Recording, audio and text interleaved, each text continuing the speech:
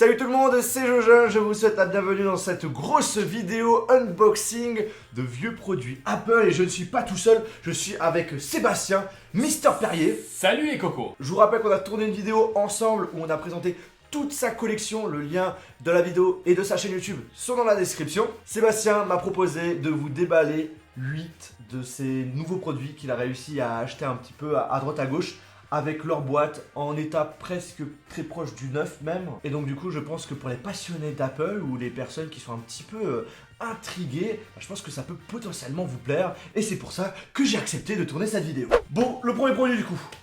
Écoute, on va commencer par un joli petit classique, je reviens. Waouh! Alors l'iPod mini, c'est la première petite version de l'iPod qui est sortie en 2004 et c'est la première fois que l'iPod est en aluminium complet. Avant on était sur du verre et derrière de l'acier inoxydable.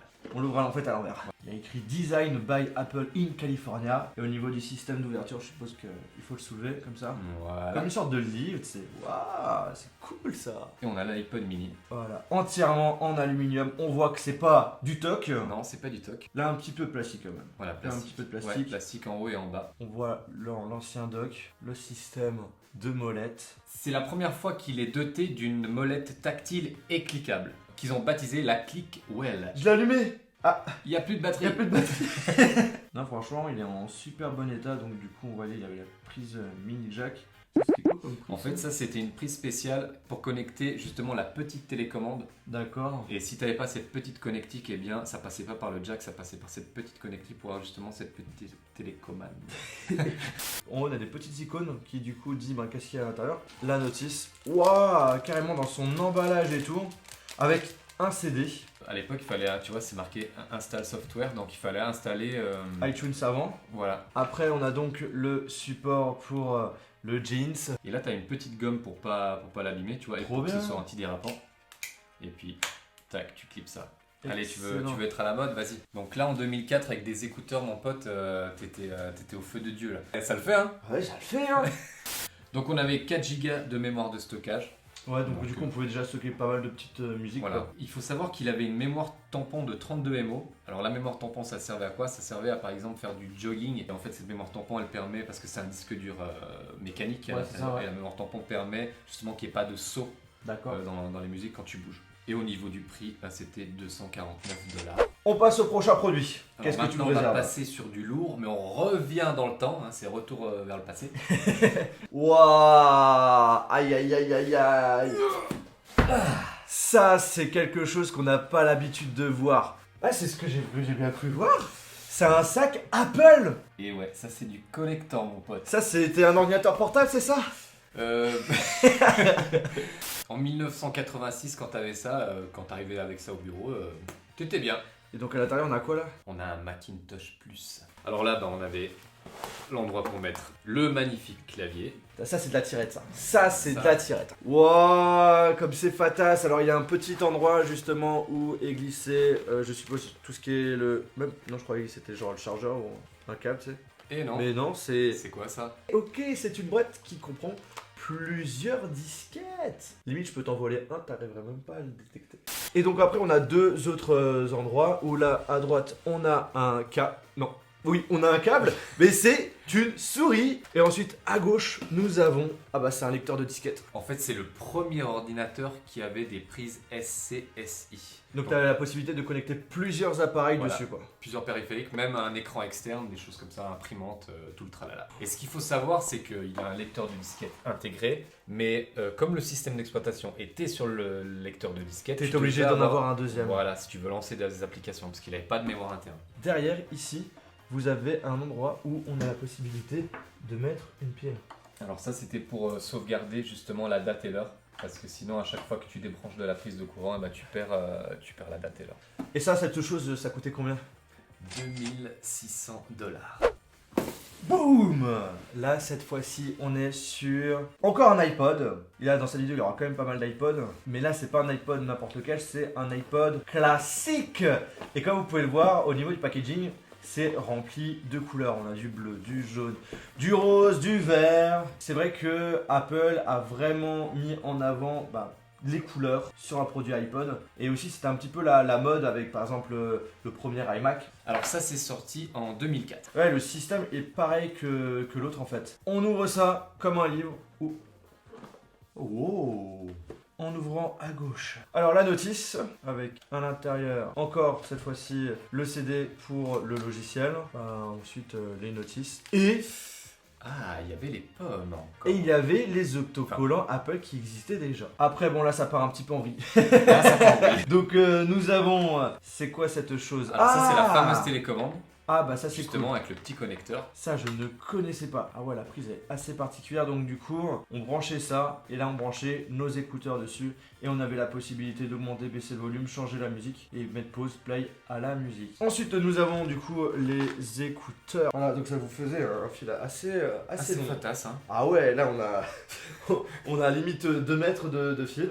Puis après, ils fournissaient ça aussi. Et ouais, Sérieux, ils proposaient le dock, Le dock. pour pouvoir le poser directement dessus. Et là, on avait aussi le petit support pour pouvoir poser cet iPod directement sur le iPod hi-fi qu'on vous a présenté dans une autre vidéo. Oh, mais qu'est-ce que c'est que cette... bah, ça c'est des petites mousses pour tes petites oreilles mon Joël.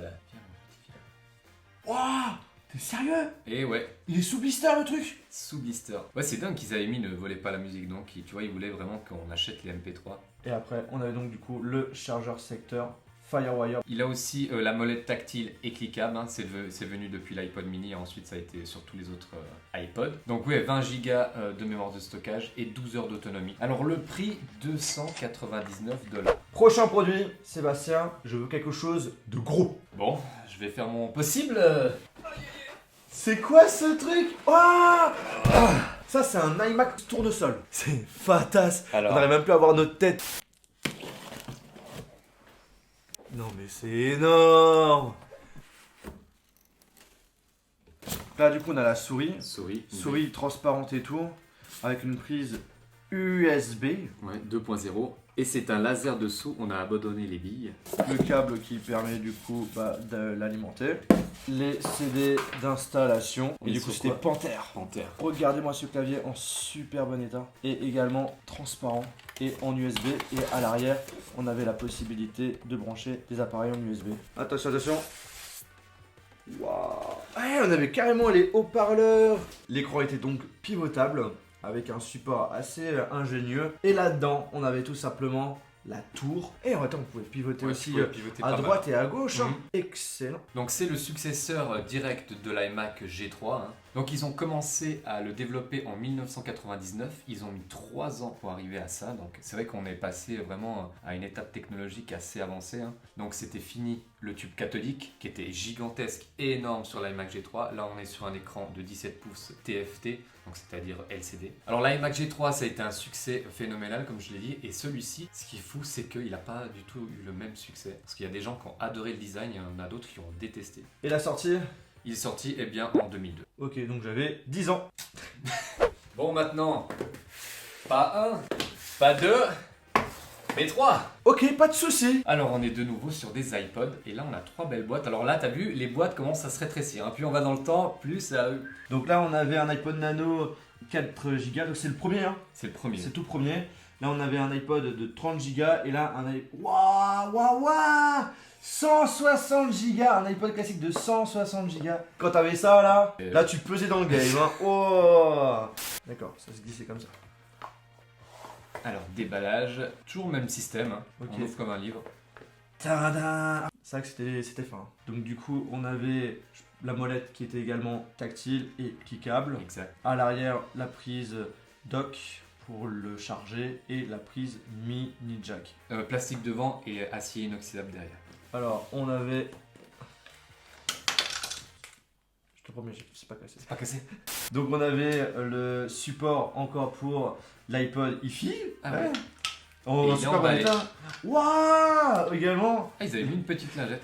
Ah non c'est un... Ça, Ah non c'est une petite protection. Alors je pense que ça fait office pour nettoyer l'iPod Nano, mais aussi pour le ranger, tu vois, pour éviter de le rayer. Donc il est sorti en 2006 ce petit iPod Nano et la particularité c'est qu'on est bien sûr sur un truc hyper fin donc fini la mémoire mécanique, on passe sur une mémoire flash. Donc là tu peux faire du sport, tu peux faire du jogging, il n'y a plus rien qui saute, il n'y T'as plus besoin de mémoire tampon. 199 $. Attention, on l'eau. Ah bah non, C'est l'autre sens. c'est dans l'autre sens. Donc voilà, waouh, Sympa. Bah écoute, c'est la première fois qu'arrive ce design vraiment du classique moderne.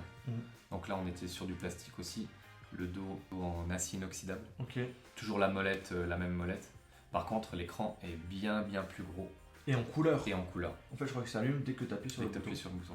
Il n'y avait pas de bouton on-off, il fallait l'éteindre en allant dans les réglages. Ouais, Ah, c'était ce petit réglage. bruit. Ouais, il est sympa. Donc ça, c'était la version 5G, la 5e génération. Et là, on passe à la 6e Et dernière et génération. dernière génération. Là, on est sur une boîte qui ressemble plus à l'iPhone. Hop là, ça s'ouvre de façon plus classique. Alors devant aluminium et derrière acier inoxydable qui est pareil. Alors celui-ci, il est sorti en 2007 et ils ont arrêté la production en 2014. Donc on ne Wow. le trouvait plus sur le site d'Apple. Pendant 7 ans, il n'y a pas eu d'amélioration sur ce produit, quoi. Voilà, exactement. 349 € prix de départ. 40 heures de lecture, donc là on était vraiment bien au niveau de la lecture audio. On pouvait bien sûr lire aussi des films qu'on pouvait télécharger sur iTunes. Il y avait tous les Pixar qui étaient disponibles. Il y avait même des petits jeux. Exactement. Là maintenant, dernier produit, il faut que tu nous envoies du lourd. Bah là j'ai trouvé un produit que je crois que tu recherchais ou que tu aimes beaucoup. Ouais. Donc on va voir. C'est un vieux produit. Ouais, c'est un très vieux produit. Ah. On va voir, tu vas le reconnaître tout de Oh. suite. Livraison. Alors ça, c'est vrai que c'est une pièce que j'essaie de trouver. J'ai du mal à le trouver avec sa boîte, avec la notice et en bon état, avec aussi le stylet officiel et tout. Donc du coup, là c'est le Newton. C'est tout simplement, on va dire, l'ancêtre de l'iPad. C'est un produit qui malheureusement n'a pas si bien marché. Ils ont vendu que 200 000 exemplaires. Alors, à première vue, c'est un grand chiffre, mais en réalité, dans ce milieu-là, c'est pas vraiment ça. C'est la version allemande. Allemand, Deutsch. Ja, Deutsch. Mais je crois que c'est possible de changer la langue dessus ou pas? Ah oui, tu peux, mais par contre, il te faut un ancien Mac avec justement un port encore compatible. Tu verras, c'est un port spécial. Là, c'est cool parce que là, t'as vraiment la boîte. Bon, Yes. elle est pas en super bon état, mais au moins t'as la boîte. Et comme vous pouvez le voir, bah ouais, tout est écrit en allemand, tout en Deutsch. T'as carrément la pochette et tout. Excellent. Il aurait été en français, il aurait été parfait. On va l'ouvrir à la fin. Ça, c'était quoi? C'était la notice. Et ouais, Ouais, la notice, tout en allemand du coup. elle est fat, hein. Bah ouais, c'est carrément un livre le truc. Là ensuite c'est quoi? Encore un truc d'information? Ah, J'ai rien fait. ça c'est peut-être pour retourner justement, tu vois, si t'as un problème de garantie, Ok, il faut aller là. t'as l'adresse, tu peux la coller directement sur le paquet et tu le renvoies directement à Apple Suisse. Et ensuite là c'est quoi? C'est quoi ça? Alors c'était tellement compliqué à utiliser qu'il y avait une cassette VHS qui t'expliquait comment il fonctionne. C'est même pas un T'avais CD, le- tu vois. Ils ont dit, ils vont le voir tranquille devant la télé. Ce qui est horrible avec les cassettes, c'est que si tu veux par exemple la fin du manuel, bah t'es obligé de tout taper parce que sinon faut appuyer sur le bouton avancer, mais ça met des heures. Bah ouais. Alors c'est vraiment la première fois que j'en prends un en main. Là à droite du coup, un stylet. Là en fait il n'y avait pas de batterie, Il n'y avait pas de batterie, c'était. ça En fonctionnait à pied là. tout cas, ça démarre. Bon pour l'instant ça démarre. Alors tu sais pourquoi ils l'ont appelé Newton? Il y a des rumeurs qui disent que voilà le logo Apple, la pomme vient de la pomme de Newton, tu vois, Voilà, qui est tombée. exactement. Donc du coup je pense que c'est pour ça qu'ils l'ont appelé Newton. Tout à fait, ouais. Ok, donc du coup on appuie sur les croix pour calibrer. Oh il faut peut-être bien Faut appuyer. appuyer fort. Bon, bah essaye d'écrire, voir si ça fonctionne. Ah ouais. Et je trouve que j'ai écrit le même hello comme chez Apple. Ouais, comme chez Apple. Né- Et lui, il a reconnu Netto. Ah ouais parce que... Bah, il reconnaît la Bah ouais c'est ça. Oh il y avait un petit bruit.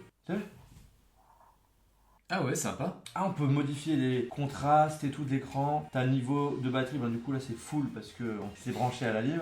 Waouh, là ça c'est les horaires. Ouais, Les c'est quand horaires. même bien complet, hein. Ah ouais. 5 plus 5. Ça doit faire un truc comme 10. Pour un truc qui a pas fonctionné, il disait que l'interface était pas terrible, mais franchement. Ça va, Ça ça va, a hein. l'air d'être plutôt intuitif. Après, il disait qu'il y a eu beaucoup de problèmes de reconnaissance justement d'écriture qui étaient pas vraiment au point.